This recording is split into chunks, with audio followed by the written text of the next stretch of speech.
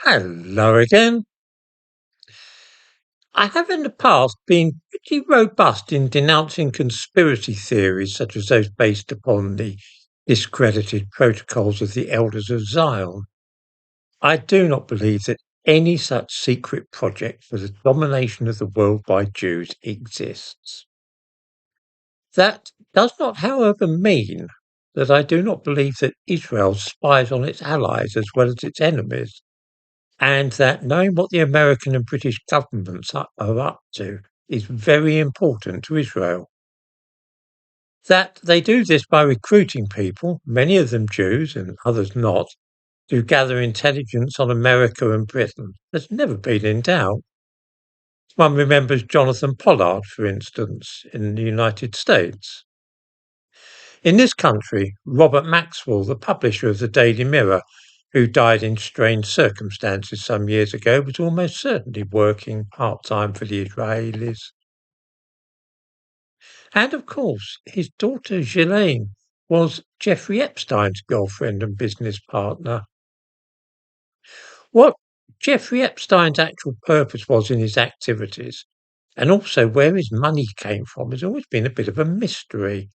He was certainly a grade A sleazeball, but then so are many men. There was almost certainly more to what he was doing than just having sex with lots of young girls. He was very keen to get other important people also to have sex with young girls. He liked lending large sums of money to politicians and others who would then owe him favours as well. It has been speculated that all this was about blackmail and that the ultimate aim was to exert influence over important people and thus gain inside information for the Israelis and perhaps the Russians. This is certainly plausible. Some recently released documents suggest that an FBI agent was convinced he was working on behalf of the Mossad, the Israeli intelligence agency. Certainly, by doing favours to people like Prince Andrew and Peter Mandelson, he managed to gain access to Buckingham Palace and probably learn a lot about the inner workings of the British royal family. Supplying girls was probably part of this. And of course, Mandelson was useful for finding out ahead of time what the British government were up to. One can well imagine that the Israelis would have found all this very interesting.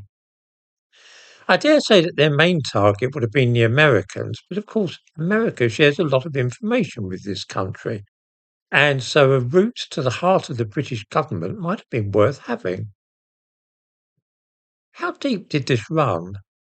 Well, not only was Jeffrey Epstein invited into various homes of the royal family, he was also invited into number 10 Downing Street and had talks there with Tony Blair in 2008, something which was, needless to say, set up by Peter Mandelson. Alas, like so many other people, Tony Blair is now afflicted with a strange form of amnesia and cannot remember what they talked about. In the description to this video, I give a link to a BBC report on this meeting. Nobody disputes that Epstein met Blair in Downing Street at least once, but nobody knows why.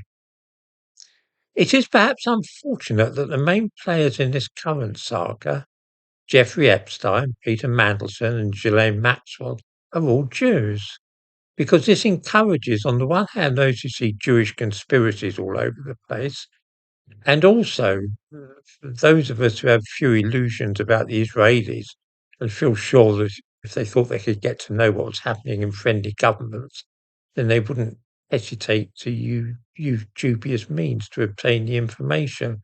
It encourages us to give credence to that idea as well. Incidentally, going off on a slight tangent, those in Britain who are hoping that this scandal will bring down Keir Starmer might reflect upon the fact that this would leave David Lammy minding the shop, with Angela Rayner in front running as our next Prime Minister. Not an appetising thought, perhaps.